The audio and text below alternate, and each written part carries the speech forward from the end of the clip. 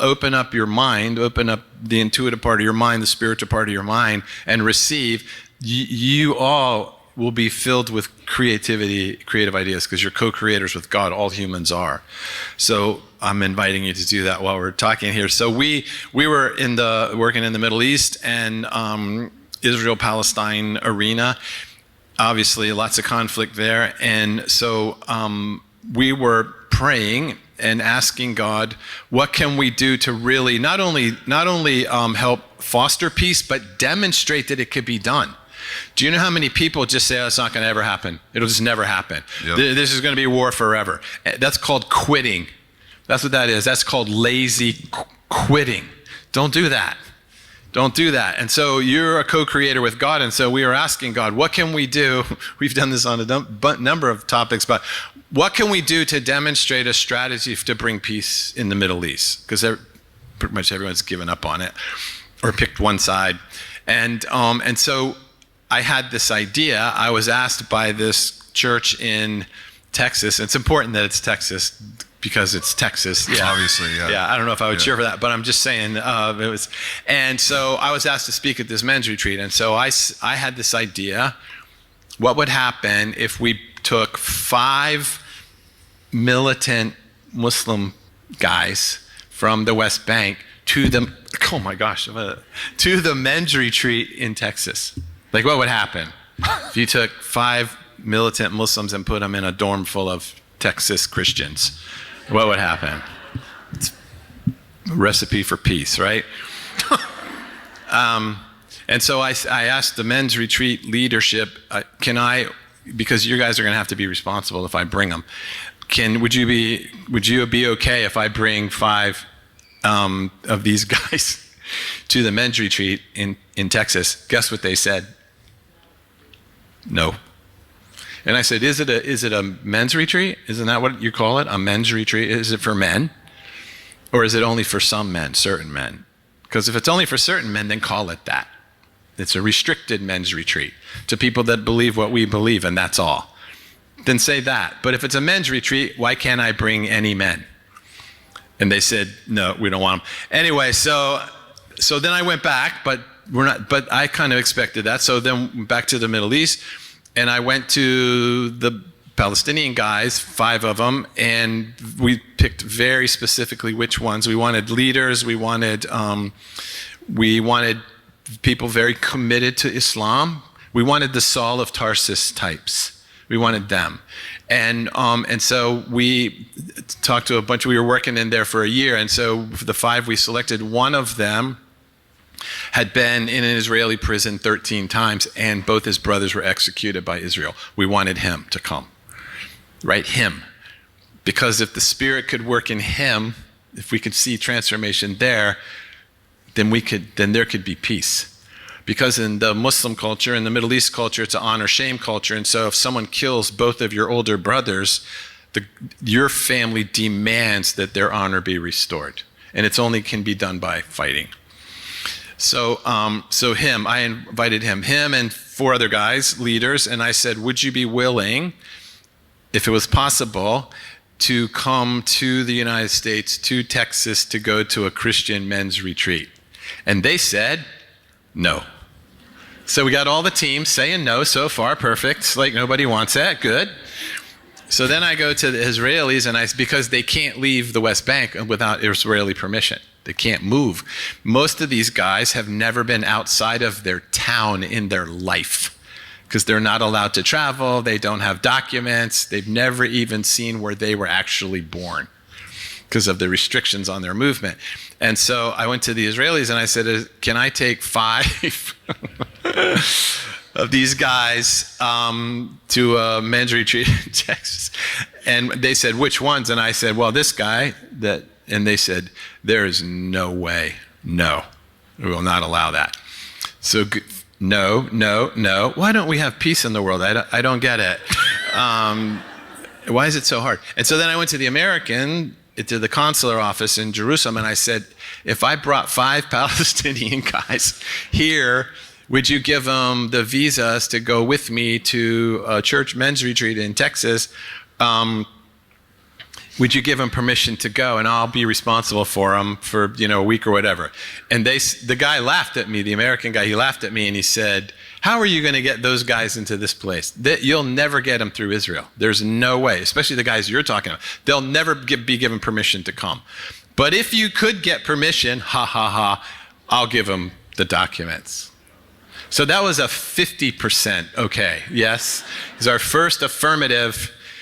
It's like the Wizard of Oz. Bring us the witch's broom, and yeah, we'll do it. Because you're never going to do it. So now we had a way. So we prayed and we said, God, okay, these 5 men. So the 5 men said, if you can get us to the U.S. and get visas, we'll go.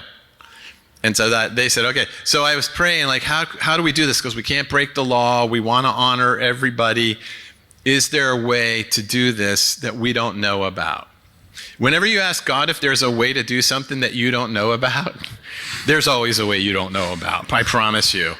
And so I was talking to this Israeli soldier captain one day, and he worked in the West Bank, and he was,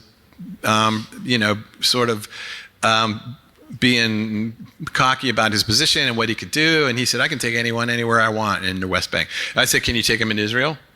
He said, I can take anybody anywhere I want. And I said, could you take 5, not really popular guys that have never been allowed out into Israel? And he said, I can take anybody I want for 48 hours in and out of Israel. And I said, I'll take that challenge.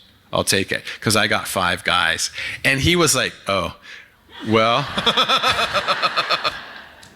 for 48 hours, I said, that's all I need, 48 hours. So imagine the surprise to these Palestinians when the Israelis came to escort them to the U.S. Embassy in Jerusalem. They're like, what? What are they here for, to arrest us? No, these are your drivers to the U.S. Embassy. So you should have seen the face of the American consular guy when we all came. Hi, we're here for what? For the visas. And I had coached the Palestinian guys on how to be interviewed. Because they didn't know what a men's retreat is. And they were like, what is this retreat? And I said, well, it's in Texas, so it's fun. You'll have fun. We're going to eat pork. A lot of pork. I didn't tell them that. They just discovered that on their own. They're like, what is this? Wow. It's very good. Yeah, well, you're going to need Jesus right now. But one thing I told them is that they do skeet shooting. I don't know why I said that. I shouldn't have said that. Skeet shooting, I explained what it was. And so the first guy that's been in the prison 13 times, he goes in for the interview, and I would go with each one of them. And the American guy goes, what are you going to do while you're in the U.S.? And he said, we will eat barbecue and shoot guns. That's what he said. And the American guy, you're not going. You're not going. So I was like, no, they're going to do skeet shooting. And I went out and say, don't say anything about shooting guns in the interview. Like, don't say that. Anyway, we explained it. We got the permission. And they told me, the Americans said to me, particularly the one guy Hassan, they said, if anything happens to that guy while you're in the U.S., you are going to jail. If anything happens, you're going to jail. Okay, that's where that. And so we went, and these guys they've never seen water. They've never seen a body of water. Wow. They've never been in an airplane. They've never been in an airport. They've never been free to go 10 miles out of where they live, ever in their life. And they're in their 30s and 40s, if you can imagine that. And so when they got on an airplane, one was a school superintendent. He was looking down and he just saw the world for the first time from that high up. And he said, this is the kingdom of God. Melekut Allah, they say. He goes, this is how God sees the world. He doesn't see the walls and the divides. He just sees these lights and isn't this the way we're supposed to see the world? They've never seen the world above a wall, ever. And so they land in Houston, and when they get off the plane, they all get out. Now, it's a little bit different today, but at this time, they all got out, they took out their ID cards and just held them up over their head like this, walking around like, what are you doing? We're waiting to get stopped. We're waiting to get interrogated. Now today that might happen to them, but in this time when we were there, that wasn't the case. And they came through and the American guys were like, welcome to the US. And they're like, what is this? And they walked, I said, put those things away. You are in a free country now. No one is going to stop you and ask you where you're from and who you are. We don't do that here. And they couldn't believe it. And they cried.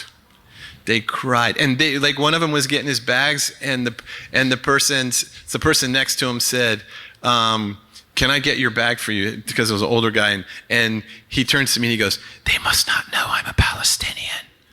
I'm like, why? They tried to help me. This is how the world is. You don't know.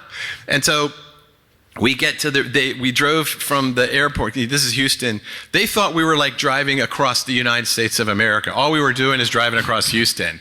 Like they've never, like, where is this, in Canada? And no, this is how big this place is. They just couldn't believe it. I took them one time at the end down to Galveston, and they just went out and stood in the water and